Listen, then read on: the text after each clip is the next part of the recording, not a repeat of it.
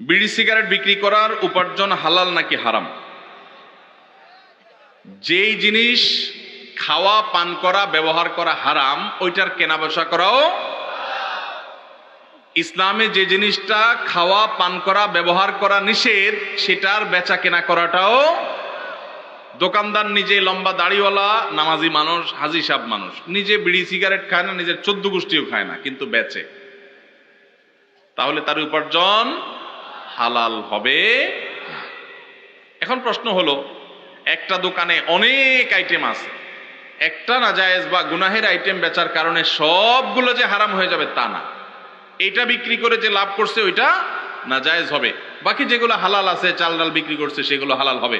অবশ্য চাল ডাল বিক্রি করলেই যে হালাল হবে এমন না, যদি দেশি মশারের সাথে ইন্ডিয়ান মশারে মিশায় বিক্রি করেন হালাল হবে না হারাম হবে? আইটেম হালাল হলেও 2 নম্বরই করার কারণে উপার্জনটা হারাম হয়ে যাবে। তো এই জন্য যারা মুদি দোকানদারি করেন তারা বলবেন, ভাই তাহলে বিড়ি সিগারেট ছাড়া তো দোকান চলে না, কি করব? এটাই তো আপনার চ্যালেঞ্জ। আল্লাহর জন্য আপনি স্যাক্রিফাইসটা কি করলেন? কিয়ামতের ময়দানে আল্লাহর কাছে জান্নাত চাইবেন কোন মুখে? এটাই তো স্যাক্রিফাইস। স্যাক্রিফাইসের বিনিময়ে তো জান্নাত আশা করবেন। আপনি আল্লাহর জন্য হারাম জিনিস বিক্রি করলেন না, দোকানে লেখা দিলেন, ভাই আমি এই যে আমাদের মুসলমানদের রক্ত চোষা যারা, তাদের জিনিস রাখি না, বিড়ি সিগারেট রাখি না, ধূমপান আইটেম রাখি না, এগুলো এই দোকানে বিক্রি করা হয় না, লেখা টাঙ্গায় দিছেন। এতে কিছু বিড়িখোর, সিগারেটখোর, গাঞ্জাখোর কাস্টমার কমবে, এতে আপনার টাকা ক্যাশে একটু কম আসবে। ওই টাকা যদি আসতো ওইটা এমনিই বরকত নষ্ট করে দিত। ওই বেবরকতি গাঞ্জাখোর আর বিড়িখোর, সিগারেটখোরের টাকা না আসলে আপনার আল্লাহ তাআলা না খাওয়ায় মারবে না ইনশাআল্লাহ। এর জন্য হিম্মত দরকার হয়, হিম্মত। কিছু কেনাবেচা কম হোক, কিছু কাস্টমার কম আসুক, আমি একটু কম খাবো, আমার ইনকাম একটু কম হবে, বিনিময়ে আমি জান্নাত পাবো ইনশাআল্লাহ। মনে শান্তি থাকবে যে আমি ক্যান্সারের আইটেম বিক্রি করে একটা মানুষকে সর্বশান্ত করার দায়ে আমি দায়ী হলাম না। দোকানদার ভাই যত সিগারেট বিক্রি করলেন, এই সিগারেটগুলো যারা কিনছে, খাইছে, এর মধ্যে বহু লোক ক্যান্সারে আক্রান্ত হয়ে গেছে। বাংলাদেশে ক্যান্সারের যে রেশিও, ঘরে ঘরে ক্যান্সারের রোগী, এবং ক্যান্সারের সবচেয়ে বড় কারণ, যে কারণে সবচেয়ে বেশি সংখ্যক মানুষ ক্যান্সারে আক্রান্ত হয়, সেটা হলো ধূমপান।